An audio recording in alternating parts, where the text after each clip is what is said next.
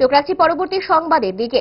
আগামী 24 এবং 25শে November CPIM 24তম সদর মহকুমা সম্মেলনকে সামনে রেখে বৃহস্পতিবার একটি বাইক র্যালি সংঘটিত হয় আগরতলা শহরে।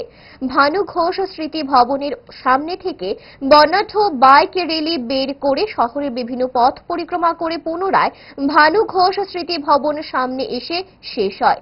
বাইক র্যালির নেতৃত্বে ছিলেন সদর মহকুমা কমিটির সম্পাদক শুভাশিস গাঙ্গুলি সহ অন্যান্য নেতৃত্ব। মূলত সিপিআইএম 24তম সদর মহকুমা সম্মেলনের বার্তাকে ছড়িয়ে দিতে এই বাইকের র্যালির আয়োজন।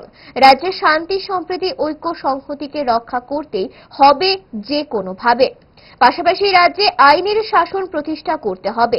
সংবাদ মাধ্যমের সামনে এমনটাই বললেন সিপিআইএম সদর মহকুমার সম্পাদক শুভাশিস গাঙ্গুলি। কমিউনিস্ট পার্টি মার্ক্সবাদীর সদর মহকুমা 24তম সম্মেলন আগামী 24 এবং 25শে নভেম্বর সম্মেলনের সফল করার বার্তা দিচ্ছি। রাজ্যের শান্তি সম্প্রীতি ঐক্য সংহতি রক্ষা করতে হবে যে কোনোভাবে, রাজ্যের আইনের শাসন প্রতিষ্ঠা করতে হবে। রাজ্যে বিজেপি আইপিএফটি মথার সরকার বর্তমানে রয়েছে, তারা বলেছিল মানুষের জন্য তারা নিত্য প্রয়োজনীয় জিনিসের দাম কমাবে, বেকারত্বের যন্ত্রণা কমাবে, অথচ জিনিসের দাম কমছে না। বিদ্যুতের মাসুল বাড়ছে, প্রতিদিন গ্যাসের মাসুল বাড়ছে, নিত্য প্রয়োজনীয় জিনিসের দাম বাড়ছে। এইগুলোর বিরুদ্ধেও সাধারণ মানুষ এগিয়ে আসবেন, রাজ্যের ঐক্য সংহতি রক্ষা করবেন, এটাই হচ্ছে আমাদের মূল বার্তা।